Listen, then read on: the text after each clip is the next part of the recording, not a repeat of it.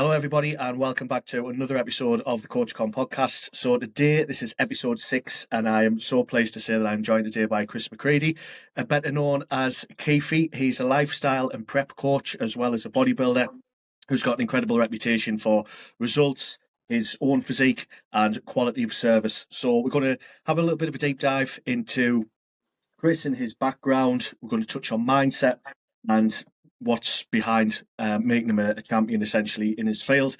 So whether you're a coach looking to level up, someone who's got an interest in fitness, or someone wanting more out of your training and your mindset, then this episode is going to absolutely deliver for you. So let's get into it. So, Chris, fantastic to have you here, my friend. How are you today? You're all good?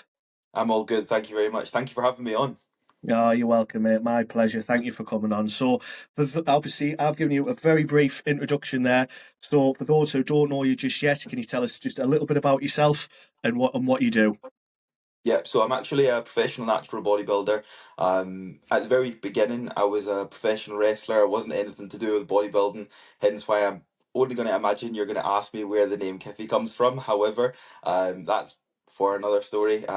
So I've been, but actually I started off as a PT almost around maybe 9, 10 years ago now.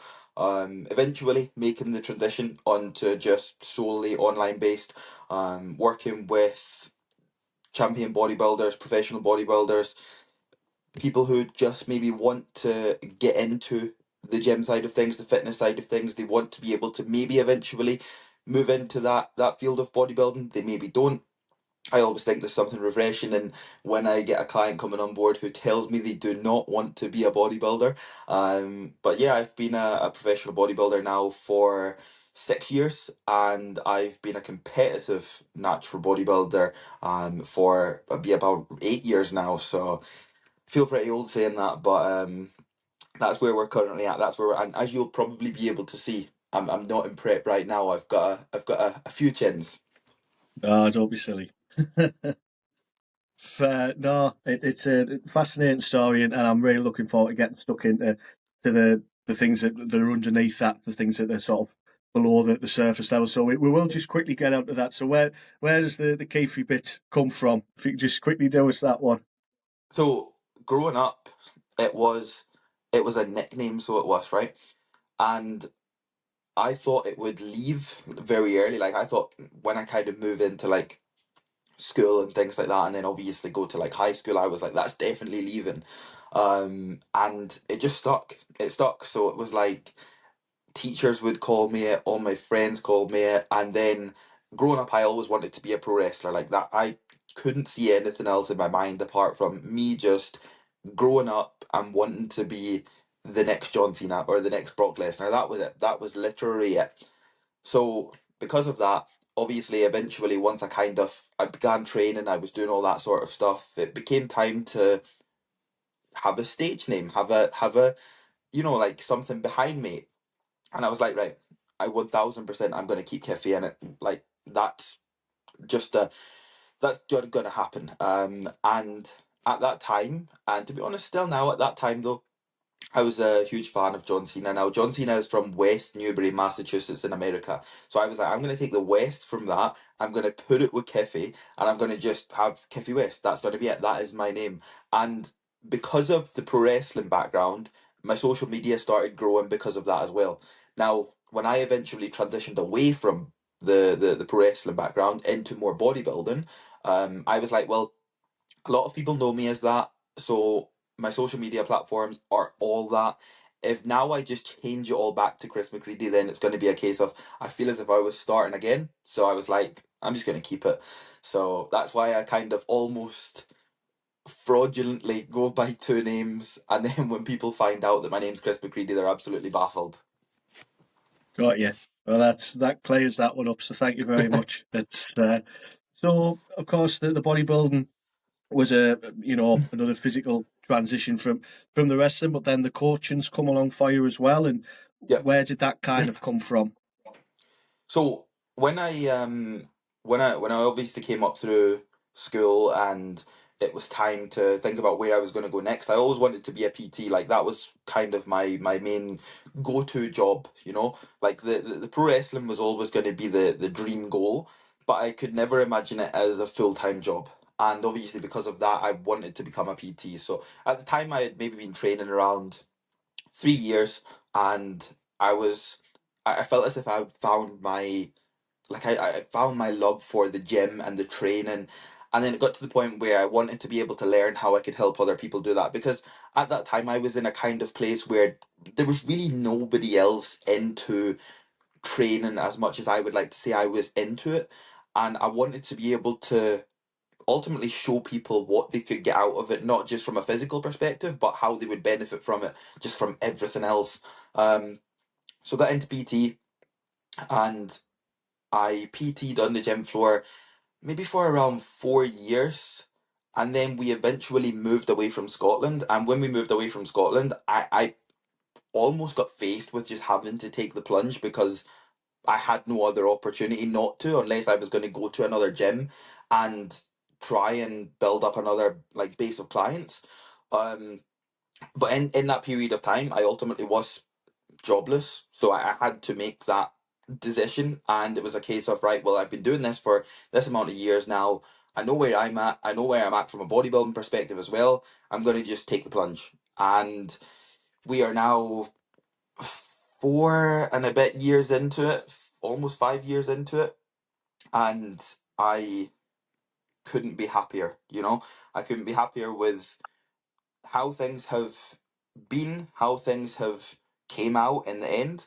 But I just feel as if, like, I've got a dream job, and this is what I love to do. And like I never haven't I this is even sounds crazy as well, but like, I don't think, in fact, I know for a fact I've not taken a day off since I started back in 2020 doing this. I've not taken one single day off, not even on my own show days.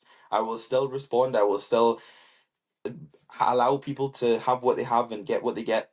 And if they need any additional help, they always get it. And it's only because that's not me saying that from a perspective of, oh yeah, it's a job that you have to work every single day, and you have to do this, you have to do that. There's no days off. It's a case of I fucking love it. Like I literally love it, and that's where we're at.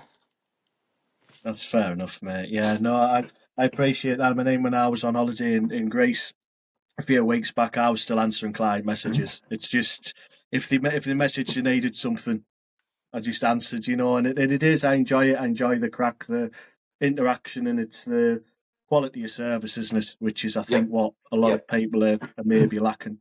So, yep. something I'd love to know as we go more towards the lifestyle discipline standards that you have, as I know a big one, which people are going to get so much gold from. What are some of your non-negotiables that you have in your day-to-day life? So, based off of my routine, first of all, I have my routine for me getting up in the morning. I ultimately crack on with work straight away, so I get what I like to be able to call my kind of first block of work out of the way. And then obviously focus. I have an area of the day where I focus on myself, because I need to be able to give myself that opportunity to train. I need to be able to give myself that opportunity should I have to get food ready. I need to be able to give myself the opportunity to ensure that my own goals out with my clients' goals matter just as much. So from that perspective, I think for me, one of the biggest things is ensuring that I manage my time as much as I physically possibly can, only because if I don't, then I'm going to be sitting at the laptop all day, like literally from when I get up in the morning until I go to bed. So first of all, that's one of the biggest things for me. Outside of that, I think a couple of things that doesn't really come from like the physical side of things, but I'm huge on ensuring that I'm being grateful for something. I am in a position where I never once thought I would be in. If you took me back, anywhere between like 5 and 8 years ago, if you told me I was going to be in this position right now, working with the individuals that I was working with, working the job that I'm working as a professional natural bodybuilder, I probably would not have believed you with the sort of mindset I was in back then. However, for me, right now, this is something that is very important. Like I say, client work as well, super important to me. I would never have anybody receiving a service that I like wouldn't expect myself. So I always only provide what I would expect back. Now, I have only got a nutritionist. I don't have a full-time coach all the time. However, I always want to be able to ultimately over provide in many ways to make sure that everybody has got exactly what they need. Now, like I say, effort's a big one for me. I'm all about that. So my own training is super important no matter whether I'm on a training day or a non-training day. It's something that is never going to be missed no matter where I am at. We travel all the time. We're always somewhere else. So for me, these sort of things matter a lot. As a natural bodybuilder, I have a lot more to do. So things like my supplementation, my food, my training, my mindset towards these things is never going to change. However, I still have days where I'm really tired. I still have days where things are a little bit different. So they're just things that get boxed off regardless. They are still a highlight of my day regardless whether I have a good session or a bad session. But they would definitely be the big ones for sure. And at the same time as that, I also take into account having this lifestyle can be very demanding as well. I also have a fiance, so I try my best to ensure that she doesn't just see me for 2 minutes of the day. So if that does mean that we sit down and watch Love Island at 9 o'clock, that's what that means. Brilliant. No, I love that, mate. That's very good, and it very interesting what you were saying about the training. Even if you're having a tired, anything like that, you're still doing it. And I think what people forget is, even if they're just starting out, we've got lots of facilities to train. We've got opportunity to train, develop every day. It's not. Yeah, It's a privilege to be able to go to the gym, and I think that's what people sometimes forget. And what you referring back to what you were saying earlier about, it's important to be grateful, find something to be yeah, grateful yeah, for, one hundred and percent. well, I mean, we're both very lucky to have Ultraflex, so that's Yeah. definitely something to be grateful for every day, I think. But what's something that you wish more people understood about discipline? Is there a particular thing? I would like to say that I feel as if the only thing that discipline screams at the majority of people is sticking to a diet plan and going to the gym when you really don't want to. However, discipline means way more than that, and I think people can learn a lot from discipline because discipline offers up control. Now, if you have control over more things that's not just sticking to a diet plan or going to the gym, if we take the gym out of the whole equation, take fitness out of the equation, control is absolutely everything. And if you have control of when you get up in the morning until you go to bed at night, your day is going to be significantly more successful, right? Discipline is what leads to success ultimately at the end of the day. No matter whether your goals are inside the gym or outside of the gym, business driven or non-business driven, if you can put effort into being in control of what you need to be, it's gonna be a game changer towards just your life in general, outside of discipline. Of course, discipline's absolutely everything when it comes to things like fat loss or muscle building when the time's right, when you need to be dialing in that little bit more, maybe at times that you don't want to, of course. But I feel as if because it's so cliche nowadays that it's a case of I honestly, like, I try and refrain from pushing out the word discipline to any of my clients only because I feel as if it's just such a strong word that people don't really understand too well, because immediately a lot of people just think that it means sticking to a diet and means going to the gym or doing your cardio or go out and get your steps done. It means a lot more than that, and I think if you can understand that it means a lot more than that, then you will stick to all of them things, but you'll stick to all of them things a lot easier than what you actually think because you'll have that control. And I think if you have that control, then you can literally do anything. No, that's brilliant. I love that. And is there anything in particular that you'd say is the biggest mind block that you see in people when they're trying to level up? They're maybe trying to do too much too soon, or would you say it's something different? I definitely think that's a big part. I think the mind, personally for me, I think our minds are the most important part of our body. Since even being back in Scotland, this was something that I was faced with very well, and I kind of came up through a place where there wasn't too much positivity. especially not for what I was doing. I would definitely like to be able to say the negativity outweighed the positivity, and I was kind of in my own field in many ways. I was that one little person that was like just alone in what I was doing, and I faced the choice of, did I want to do it or did I not want to do it. And I think from there I learned I'm fortunate enough to have learned very early that our mindsets towards what we actually want to do is the most important part. And if we, again, going back to what I was saying, if we have control over our mind, anything's going to happen, and exactly what you want to happen is going to happen. I feel as if this is the biggest blocker to anybody making potential progress or actually what they want to be able to do. Because off the back of anything, immediately people are starting off with, I'm not too sure.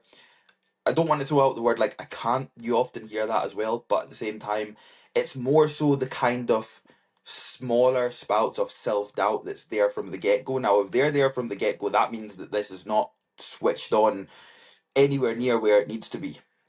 I think when this is switched on, both inside and outside of the gym, again, there's nothing else that's really in your thought process apart from being able to move forward. And again, that means both inside and outside of the gym.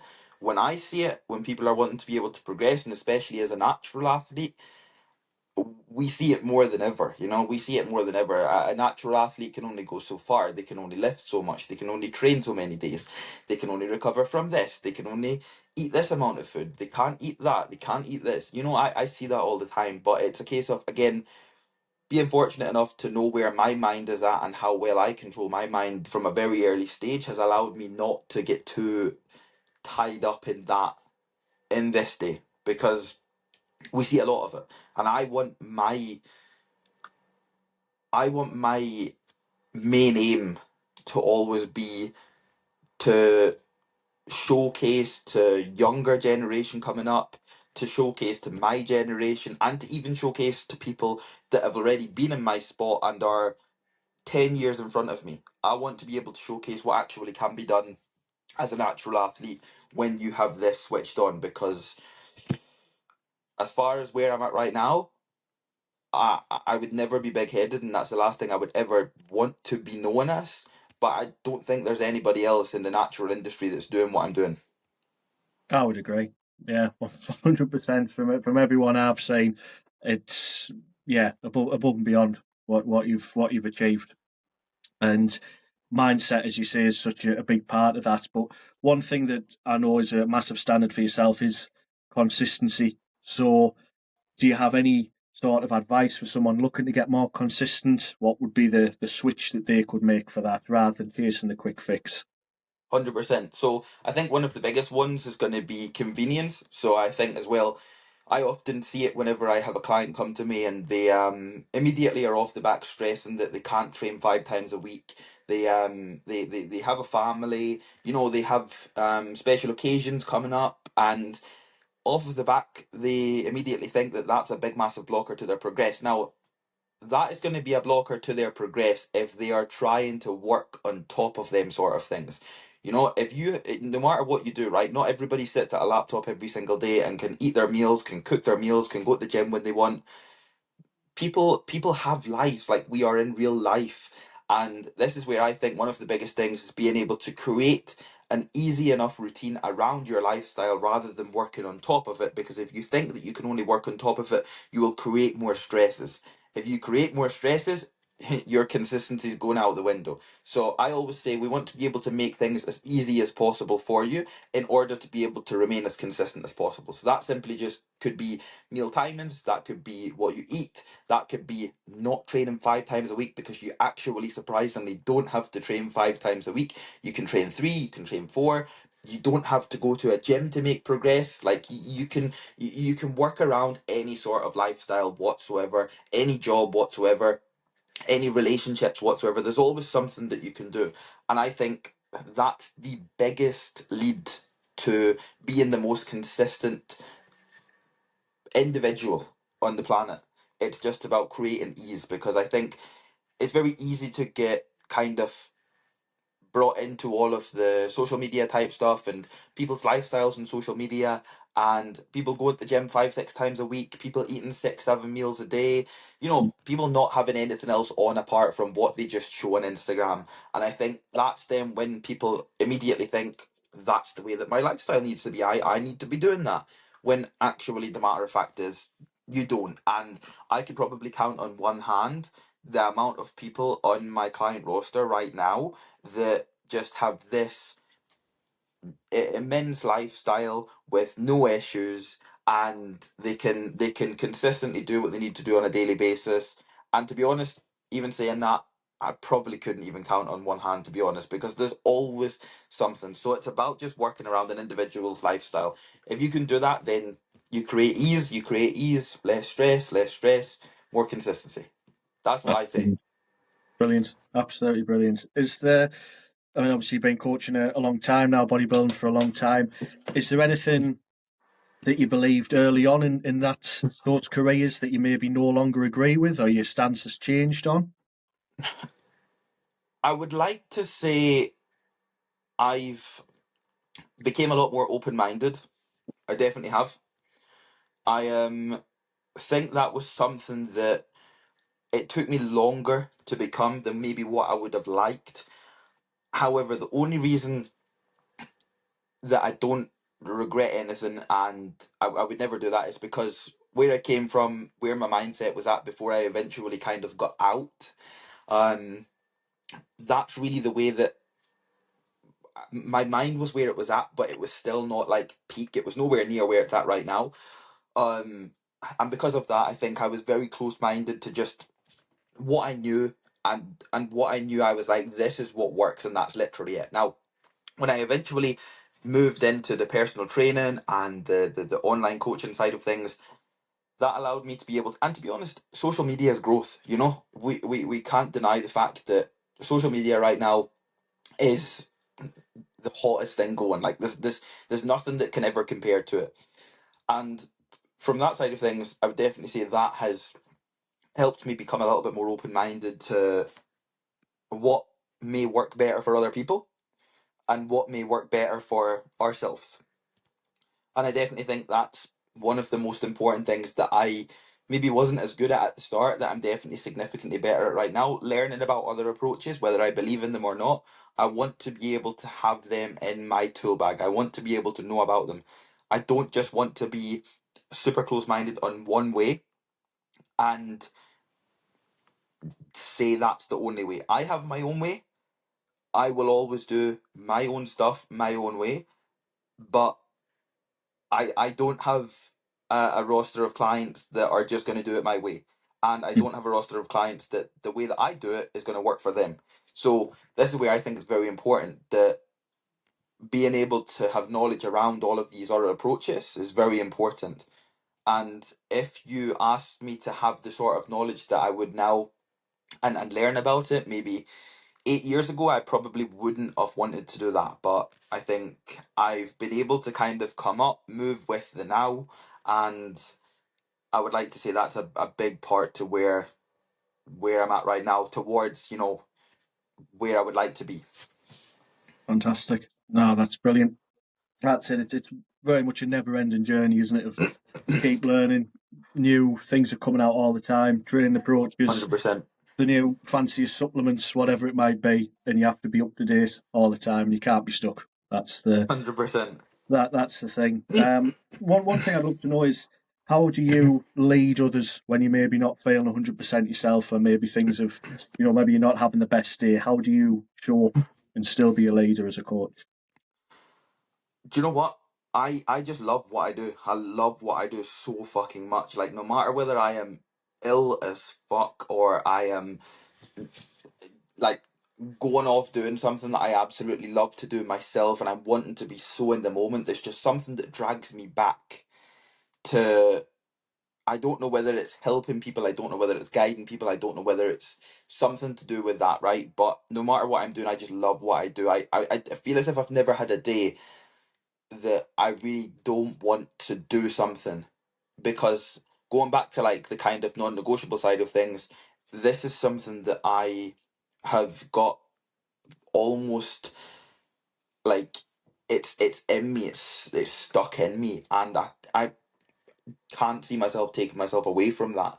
Um, don't get me wrong, I definitely have days where I'm more tired and things like that, but going off of experience and going off of being training now for almost 12 years come the new year, um, I've had thousands of days like that. I've had thousands of days where I feel unbelievable, and I think it's also just a part of being able to have people learn that this is normal at times, and especially if you don't have a lifestyle that you can sleep 8 to 10 hours a night, and you don't have a lifestyle where your recovery is going to be absolutely on point. You're maybe going to go through. You're going to go through a few more days where you're not feeling up to doing what you need to do. But again, it comes back to that control part of having over yourself, over your mindset, and your goals. And I think that's one of the most important parts. Like, I've been through multiple competition preps now where they've just not been nice. They've put me into the ground at times, and I think because I've been able to have myself and see myself in that position and learn from that, I think now my job to be able to have people understand that whenever they are having bad days, I always say this from the very beginning. If they are, I always want them to come to me. I never want them to sit in silence of a bad day, because it can lead to a week's worth of potential progress being addressed and solving a problem versus sitting in silence and a week's worth of progress just put down the drain because they've not wanted to say anything. So I think that's one of the most important parts to that. But coming back to your question of how do I help people, how do I still be that leader whenever I'm not feeling too good myself, I've just been through too many of them days now to know that, I'm going to experience them. I'm 12 years into training, I'm still going to have some rough days. I don't go through every single day feeling amazing, hitting big PBs in the gym, getting the best pumps on the planet, and always having the best of workouts. Some are up there, some are here, and some are down there, but it's the process, isn't it? Yeah, no, 100%. That's brilliant. And I think for someone of your level, I think for people that are maybe just starting out or somewhere in the middle, just hearing that from someone like yourself is going to go a long way. Knowing that that's the main thing that makes champions. It's still pushing through those hard days, still showing up, getting Yeah. things done. Sometimes you ticking that box and matching that consistency. You mentioned prep there as well, and has your own experience of prep changed how you coach as well? I would like to say again, yes, because I've been able to become significantly more open minded to learning a lot more. I've said this from the very beginning as well, but as we know already, there's no finish line to learning. You can always learn that little bit more. And I think because of that, being able to work with different individuals as well and learn their body and learn just them inside out in order to be able to create their most efficient and productive prep, that's definitely been a big part. Personally, myself, I've not really changed too much just yet in my own preps, only because we kind of found a way that works incredibly well for me. And from that side of things, we didn't find that very early on. But when we did find that, I turned pro. And when we did find that, I won my first pro show. And when we did find that, I got into my best ever condition. So for something like that, that is why that's the kind of way that I've stuck to for now. And from that side of things, like I say, that's not going to be like a one fits all. It's not going to be something that just suits everybody. But like what I've said already, something that I found works for me, and this is something that I've done in the past, and I've ultimately ran things for years and years and years only because I found it works for me. It's just at the same time as that, being able to also be on the other side of the fence of knowing that that isn't going to work for everybody, and that's not going to work for every one of my clients. Yeah, Every client's going to be on a different prep. Every client's going to be on a different fat loss phase, muscle building phase. It's all going to be that little bit different. But again, it's just about being able to understand that and know that it's not just a case of right. It's just the same. yeah. No, certainly. That's brilliant. I mean, one thing that you're renowned for as well, if we could just touch on the training side, is you've got an incredible feats of strength, as we know, particularly on deadlift and squat, and some of your comments on your page around would you ever do powerlifting, this, that, and obviously as a natural athlete, it's incredible the figures that you've achieved. Is there sort of a particular style of training, that you've used to achieve these feats of strength? Is it, we always hear a lot about the old school, the new school, working in 68 rep ranges, training a complete hypertrophy rep ranges, any sort of training insight that you could give us around achieving those feats of strength? So going back to what I said as well about my mindset, this is 1000% something that I really put towards what I do on a daily basis, because things like big deadlifts, big squats, just any sort of movement pattern that you may see me do somewhat of a silly load on. If I don't see that before I'm about to do it, I'm not going to do it. And this is something that's super important, because I definitely think you can have the odd rough day here and there. You can go into the gym and you can have a really fucking good session, right? So this is where we have to then take into account that if you're going into the gym and you're preparing to lift as heavy as you can with accuracy, don't get me wrong, as you should be, because obviously if you're not, then realistically speaking, you're going into the gym. There's many ways to be able to apply effort, but at the same time, for the majority of people nowadays, they want to be able to get strong, they want to be able to achieve a physique, they want to be able to potentially become that bodybuilder, that very good bodybuilder. Unfortunately, when it comes to bodybuilding, and especially as an actual athlete, if you're not lifting well and you're not lifting consistent and you're not lifting with your maximum intensity, which realistically speaking, if it's to failure, it's going to be as heavy as you possibly can, then realistically speaking, you're not going to build a physique. Now, I often see it time and time and time again. People don't keep movements in for any more than 8, 10 weeks, 12 weeks, because they feel as if they plateau on it straight away and they can't see a way out. The way out is this right here. That's the way out. If I couldn't ever see a way out, I would have stopped deadlifting back at maybe 180 kilograms, 200 kilograms. Yeah. I deadlifted 220 kilograms. I think I was 16. I then was 19 or 20 when I pulled my first 300. Now, I didn't pull it for any sort of reason apart from the fact that when I started to get a little bit stronger, I seen what it took. And it wasn't to do with really making sure that my nutrition was on point, my sleep was on point, I was going to the gym every single day. At this time I was training 7 days a week. Like I seen nothing else apart from the gym. I was like, I just want to train. I just love to train. Um, but eventually, as I started to be able to get stronger and stronger and stronger, to the point of now where I'm able to pull 8 plates off the floor for reps. I'm doing like that sort of. I've been squatting again for I think 5 weeks now, and I'm now at 6 plates for reps. So in these sort of times, the mindset is the most important part, without a shadow of a doubt, because I know for a fact that if I don't see the set before I'm in it, it's not going to happen.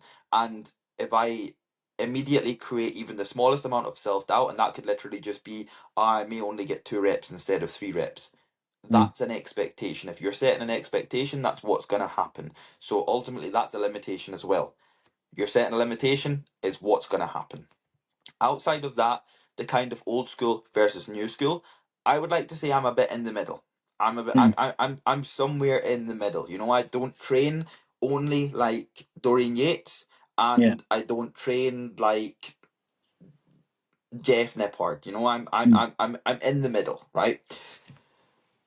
There's a lot of stuff I believe in, a lot of stuff I don't believe in. There's a lot of stuff I think is good, a lot of stuff I think is absolute dog shite. However, when it comes to again being able to work with so many different individuals, if I don't know how to train scientifically and I only know how to train like Dorian Yates, I am no help.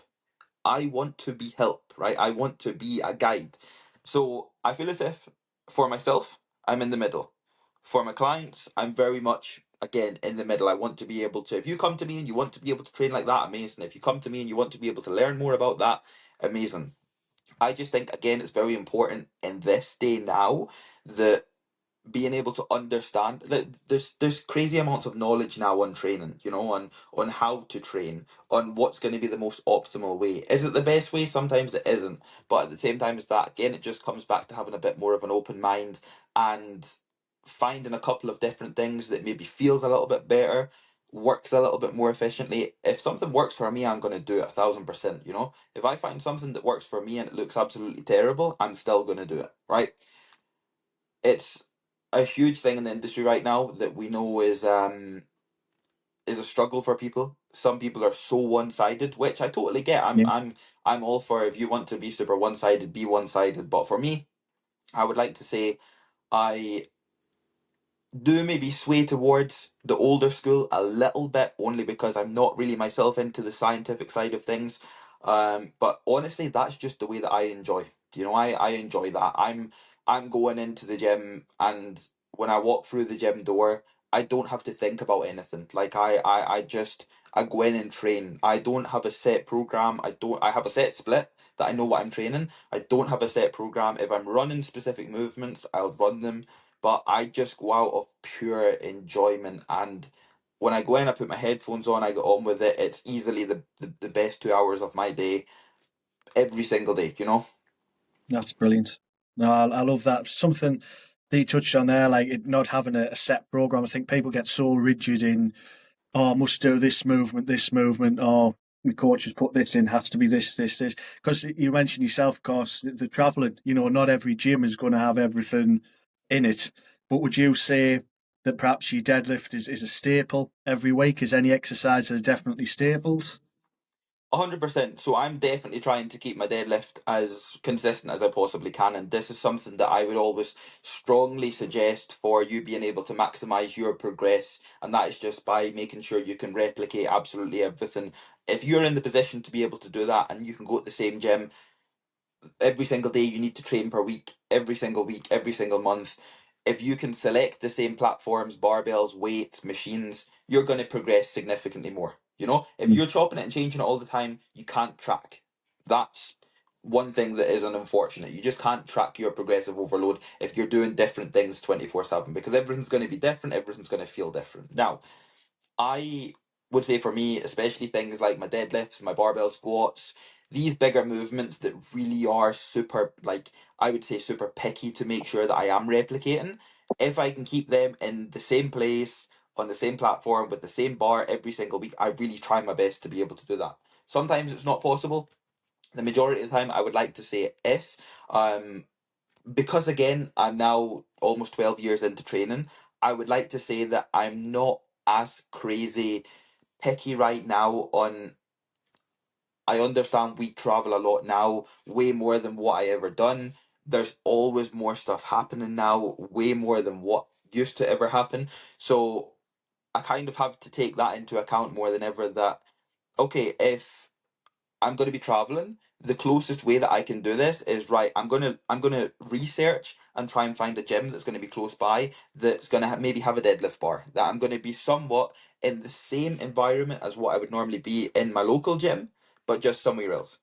If they don't, then that's totally out with my control. I can't do anything about that. However, if I find that I've got, say, a run of one day in the same gym every single week, 4 weeks, I'll try and move my specific session that I want to be able to really progress that big movement and keep it in there. So I would definitely say replicate absolutely everything, but the unfortunate part is, again, some people's work, they have to maybe train out of different gyms all the time. That doesn't mean you can't progress. It just means you have to focus on performance and effort and your execution, and outside of that, exercise selection from a logbook perspective, but numbers don't mean anything. No, that's fantastic. No, I appreciate you saying that, because that's it. I think some people get so bogged down in, oh, I can't make the gym today because I'm working away. Well, it's you think, well, there's a gym where you might be working. It's that giving people that mindset switch is definitely an important one. You did mention something on the training front. You said there's some things that you agree with, and then some things that you think aren't so good. Just quickly, is there any sort of examples that you maybe think are rubbish, that you don't rate? Is it in terms of training? Is there any examples you can give us? So I'm going to go straight in with the scientific side of things. Yet to see, I'm yet to see somebody at the top of my game within bodybuilding to have an incredible physique, I mean, even just cutting off the back of that, right? We look at Mr. Olympia, we look at past Mr. Olympias. I'm still yet to see any Olympian athlete train with a scientific approach. Now, this only comes back to me eventually seeing so many aspiring bodybuilders, having clients come who again are an aspiring bodybuilder. There's nothing wrong with wanting to be able to learn a different way of training. However, if you're a natural bodybuilder and you have been training for a year and you're buying into all of the scientific side of things and you believe that that is going to build your physique to become the best physique you could ever build, then you're going to waste 10 years of training. You know, if you do that for 10 years, you're going to waste 10 years. You might make a marginal percentage of progress, but the unfortunate part is that's not going to be something that is going to build an incredible physique. If you're not an aspiring bodybuilder, batter on. However, I just don't understand, and I'm just not a big fan of seeing young aspiring bodybuilders come up training in this very new scientific way. I'm even seeing people do movements that I have never heard of in my entire life, right? But I just know they've got a cuff wrapped around their fucking shoulder or their elbow or their wrist or something, and they're just moving, right? And it's always going to be from, you know, people who you can see they've only been training maybe 6 months, a year, but this is all they see now. And at the same point as that, in their Instagram bio, they've got aspiring IFBB pro bodybuilder, right? It's one of them things, you know. It's just personally for me, that's probably what, like, that's my tick, you know. Yeah, But like I say, I'm one for all. I would never hate on somebody. I would never call somebody out. I'm not for that no, sort of stuff. I don't no, have no. time for that sort of stuff, you know. But in the industry as a whole, I'm if there was a divide and there was two sides, I'm on this side and the science is on that side. Fair enough. No, that's brilliant. I love that, and very good insight. Obviously, seeing a lot of this scientific stuff coming through, but great point. There's no top level guys and girls that are necessarily, or even whether or not they're not training that way. So it's a very good point, and I definitely think the old school, the stuff like your deadlift and your just train to failure is always going to be the top of the list in terms of like what is going to get you there. You know, if the intensity and execution, like you say, isn't there, then there's not Yep. much point to it. So, in terms of challenges and growth, obviously you've done incredibly well on the business and the coaching side of things, and of course bodybuilding. But has there ever been a particular low point in either that's maybe shaped how you show up now to things a little bit more? I'm I'm not too sure. I think there's been so many obstacles that I've had to face along the line that have always just shaped what is going to happen now, what's going to happen in 5 years, what's going to happen whenever. Um, it's most definitely not been an easy run. Even just getting to the point where all I wanted to be was a professional wrestler, but the more I get into bodybuilding, I eventually didn't want the day to come, but I moved forward well in both of them, and then it got to the point where I had to ultimately choose what I wanted to go down. And for me, that was super hard because growing up, all I wanted to be was that pro wrestler. I never knew anything about bodybuilding, but it was just because bodybuilding grew and I started doing better. I then turned pro. I was then able to turn that into something else. So because of that, I would definitely say these sort of things were like the biggest challenges. Um, when I eventually moved away from Scotland to England, again, a massive challenge only because I was opened up to the unknown, really. You know, it was the first time that I think since I was like maybe 11 years old that I never had a job. And I was like, shit, I was like, I'm going to have to make this work or just, I don't know what I'm going to do. Um, but from that side of things, I think from a low point perspective, I think I've went through many that's just kind of they're not really something that I ever even look back on, only because I've always been one that if I can try and remain positive about any low situation, it's something that's also like a non-negotiable every single day. It's like I refer 1000% away from negativity, only because I grew up a lot with it in that kind of training environment and that. And because of that, I know for a fact that no matter how positive I can be about things, things are still going to be bad. Things are going to be low. There's going to be times where things aren't going to feel good. But if I'm always trying to be able to look for that little positive to come out of anything, I know for a fact that it's going to bring me out the other side. And it may be a few days, a few weeks. It may not be just something that's fixed in a second, but I know positivity is a big one for me. And it doesn't mean that I'm going to be walking about happy every single day, because I definitely don't. But it just means that if I can look for any small positivity in anything that's a low point for me, it is going to push me forward to the point of where that will create what is coming up next. And I'm somebody who is now, more than anything else, I'm in the moment now. Like I'm very much, whatever is coming up is coming up. Where I'm at now, I want to be as present as possible. Back in 2021, driving to the Arnold Classic, I got completely written off by a lorry and got my car crushed, and I don't know how I walked out of it, but I did. But it put something in me that I was like I've got to be in the moment now, and that's where it's always been. So that's why I think as well, like from a mindset perspective, I I now I'm way more open minded. I'm now more present in moments. I'm now very much in the now, rather than always looking back or always trying to be able to create something that's, not there. And I think that's definitely come down to the mindset, the control, the positivity, all of that, because it's such a determining factor of really how you act in the moment. Yeah, absolutely. Absolutely. No, I mean, with that as well, burnout can sometimes turn up as well. Do you get through that with positivity as well, or do you know when to take a little rest? I think I've learned to take rest from training. I I maybe don't think I've learned just yet how to rest from the business side of things. Um and I don't know if that's to do with me having like an obsessive personality that just is. If I'm like doing something, I'm so on. Like I am, like nothing will be off, and I'll make sure nothing will be off. Like it's just one of them things, where like if I start to watch something, I'm not watching one episode one night. I'm going all in. I'm watching like that series is getting watched in one night. I'm that type of person. Like I'm like I need to know absolutely everything. I need to be all in.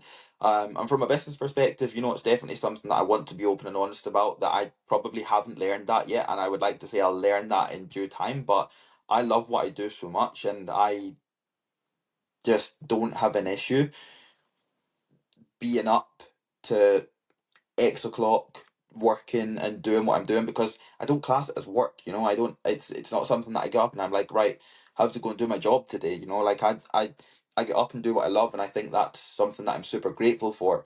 And it is an absolute blessing to be able to do that. But I think I definitely do see a lot of people burning out. But I think it just kind of comes back to the discipline side of things as well. And you have to take into account that if you have control over things the way that you should have control over things, then not that you can avoid burnout, because it can kind of come before you even know it.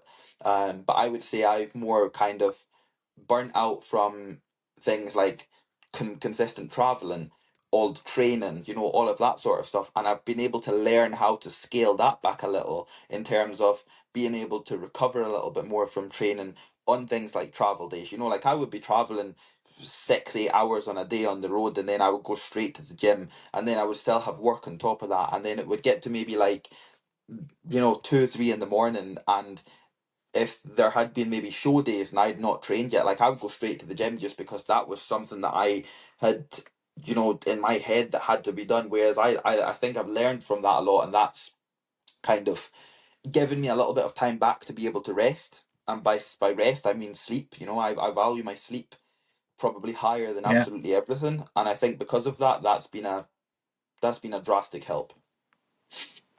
fantastic. Yeah, people definitely underestimate the importance of sleep. It's they'll stay up all hours watching Netflix and wonder why they're tired the next day. It's just that thing of 100%. getting to bed for at least the sort of 7.5, 8 hours or more. Yep. I know myself. That's definitely the thing that moves the needle. So we are getting close to the end now.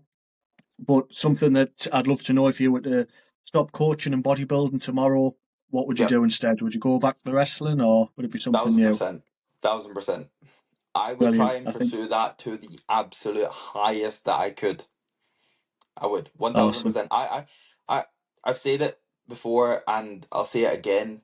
I would never say never to going back, but if I wasn't to bodybuild, I wasn't to coach, I wasn't to do anything like that, I would do my absolute best to go back to it immediately and just try and take it to the extreme. 1000%. Fantastic. I think we'd all love to see that for sure. Definitely. It's no, definitely. So as as you know, this podcast, as I was saying to you when I was asking you to come on, it's very much the idea of whether someone's stuck right now or a high performer like yourself. They're still going to get some value out of it. And I know there's been a ton of value that you've shared today. But if there's one piece of advice that you would give to someone who's really stuck right now, what would you say to them? First one, I'm going to say 2 points here, right? The first point is going to be create convenience, because I can only imagine right now anybody that's either watching this or listening to this is stressing over something that is out with their control. Create convenience around your life and you will get on with your goals better than what you ever think. You will no longer be stuck. Second part to it is just keep fucking going, because there's going to be a lot more rough days than what you'll ever think. They're going to come out of nowhere. Some of them are going to progressively come up, but there's going to be a lot of them. And it's being able to learn and understand that you are going to be faced with these inside the gym and outside of the gym, and you just have to keep going. Fantastic. I love that. Last one, my friend. Where can people connect with you? Where can they learn more about you, follow your journey? Where's best? 99% of the time Instagram. Just Khifie West on Instagram and YouTube. I do a little bit of YouTube. I'm not as consistent on YouTube as what I would be on something like Instagram, but Instagram's where you'll find me, no doubtably 24/7, apart from when I'm sleeping. Fantastic. It's been an absolute pleasure to have you on. I've loved every minute. I think I'll definitely be watching this back myself a few times just to get all my notes written down, because you've been absolutely brilliant with the insight you've shared. So thank you very much, my friend. Thank you for coming on. Take care. Thank you, mate, for having me on. I appreciate that. You're welcome, brother. Bye bye.